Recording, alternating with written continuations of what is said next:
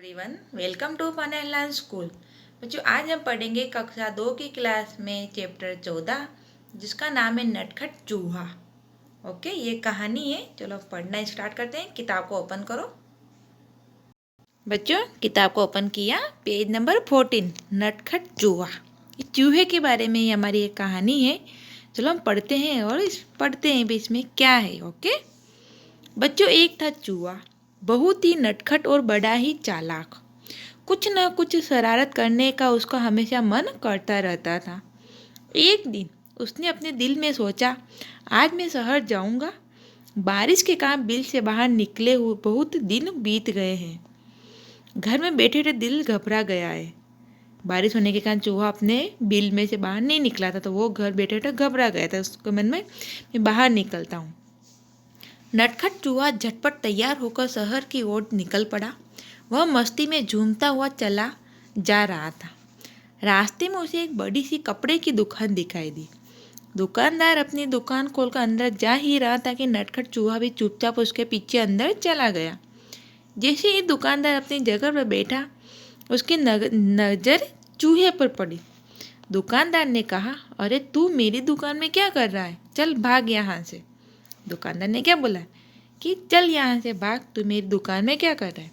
चूहा बोला, मैं अपनी टोपी के लिए कुछ कपड़ा खरीदने आया हूँ। दुकानदार हंसा, हाँ हाँ, हट यहाँ से, मैं चूहों को कुछ नहीं बेचता। चूहा गुस्से में बोला, तुम मुझे कपड़ा नहीं बेचोगे? दुकानदार बोला, भाग यहाँ से, बेकार में रहे, समय बर्बाद न कर। चूहा चिल्लाया, तुम मुझे कपड़ा देते हो या नहीं? दुकानदार बोला, नहीं, बिल्कुल नहीं। इस बार नटखट चूहे ने गाना गाया, रातों रात में आऊँगा, अपनी सेना लाऊंगा, तेरे कपड़े कुतरूंगा। दुकानदार डरकर बोला, चूहे भैया, ऐसा न करना, मैं अभी तुम्हें रेशमी कपड़े का टुकड़ा देता हूँ। चूहा क्यों डर गया? क्योंकि चूहा कपड़े को काट देता है, इसलिए उसने कहा कि अच्छा मैं देता हूँ, और उसने चूहे को रेशमी कपड़े का टुकड़ा दे दिया। कपड़ा लेकर चूहा उछलता कूदता दुकान से बाहर निकल गया। फिर वह दर्जी की दुकान में आ पहुंचा। चूहे ने कहा, दर्जी जी, मुझे तुमसे कुछ काम है। काम? क्या काम? दर्जी ने क्या बोला, क्या काम है? दर्जी ने गुस्से से पूछा। चूहे ने दर्जी को रेशमी कपड़ा दिया और कहा, कृपया इस कपड़े की एक अच्छी टोपी सिल दो। क्या बोला उसने कि इसकी एक टोपी सिल दो। फिर देखो आगे क्या होता है। दर्जी हंसा, चल हट यहाँ से, मेरा समय खराब न कर, मेरे पास तेरा काम करने का समय नहीं है। दर्जी ने क्या बोला, भाई तू जा यहाँ से, मेरे पास तेरा ये काम करने का समय नहीं है। फिर अब चूहे को गुस्सा आ गया। वह जोर से चिल्लाया, तुम मेरी टोपी सिलोगे या नहीं? तो दर्जी ने बोला, नहीं नहीं नहीं। दर्जी ने कहा, तो ठीक है। चूहा बोला और गाने लगा, रातों रात में आऊँगा, अपनी सेना लाऊंगा, तेरे कपड़े कुतरूंगा। दर्जी ने कहा, चूहे भैया, ऐसा न करना, मैं भी तुम्हारी टोपी बनाता हूँ। और थोड़ी देर में दर्जी ने चूहे के लिए एक सुंदर सी रेशमी टोपी तैयार कर दी। नटखट चूहे ने उसे पहना और फिर अपना चेहरा आईने में देखा, मतलब कांच में देखा कि वो कैसा लग रहा है। फिर यह टोपी तो एकदम सादी है, इस पर चमकीले सितारे लगवाऊंगा, चूहे ने कहा। वह कूदता फांदता दुकान से बाहर निकल गया। टोपी तो पहनी, पर टोपी उसको बहुत सादी लगी, तो उसने क्या उसके ऊपर सितारे लगाने के लिए बोला, तो वो निकल गया। वह सड़क पर शान से चल रहा था कि उसकी नज़र एक छोटी सी दुकान पर पड़ी, जहाँ सुनहरे और रूप पहले सितारे बिक रहे थे। अंदर जाकर वह इधर उधर उछलने कूदने लगा। दुकानदार ने कहा, अरे चल यहाँ से, तू यहाँ क्या करने आया है? क्या बोला उसने कि यहाँ क्या करने आया है? फिर चूहे ने कहा, मैं अपनी टोपी के लिए सुनहरे और रूपहरे सितारे खरीदने आया हूँ। दुकानदार ने कहा, भाग यहाँ से, मुझे बेवकूफ़ बनाने की कोशिश न कर, एक चूहे को सितारे से क्या मतलब? दुकानदार ने क्या बोला, भी चूहे को सितारे क्या करने? तुम मुझे सितारे बेचोगे या नहीं? चूहे ने गुस्से से पूछा। तो नहीं नहीं नहीं, मैं तुम्हें सितारे नहीं बेचूंगा। दुकानदार ने क्या कहा कि मैं तुम्हें सितारे नहीं दूंगा।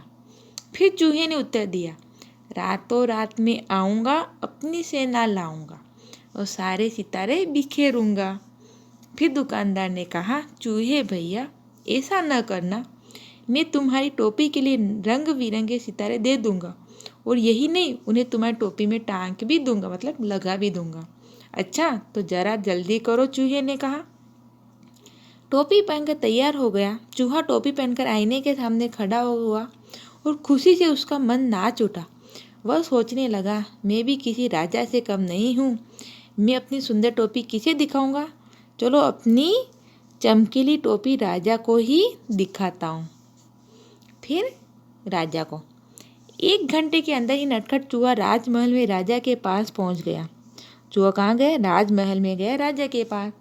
वह राजा के सामने जाकर खड़ा हुआ। राजा ने अचानक चूहे को देखकर बहुत हैरान हुआ। उसने पूछा, अरे तुम यहाँ क्या कर रहे हो? तो चूहे ने कहा, महाराज पहले ये बताइए कि मैं इस टोपी में कैसे लग रहा हूँ? तो राजा ने जवाब दिया, वाह, तुम तो एकदम राजकुमार लग रहे हो।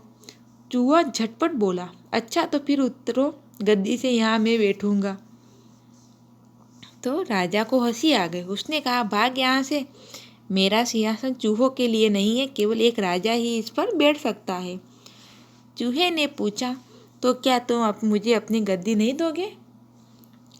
बिल्कुल नहीं, मैं तुम्हें अपना सिंहासन नहीं दूंगा, राजा ने उत्तर दिया। तो तुम नहीं उतरोगे? चूहे ने फिर पूछा। नहीं नहीं, राजा अपनी बात पर अड़ा रहा। राजा ने आदेश दिया, पकड़ लो इस चूहे को। सिपाही चूहे को पकड़ने दौड़े। चूहा सरपट उनके बीच से निकल गया और सिपाही एक के ऊपर एक गिर पड़े। अब चूहे ने अपनी कमर पर हाथ रखकर कहा, रातों रात में आऊंगा,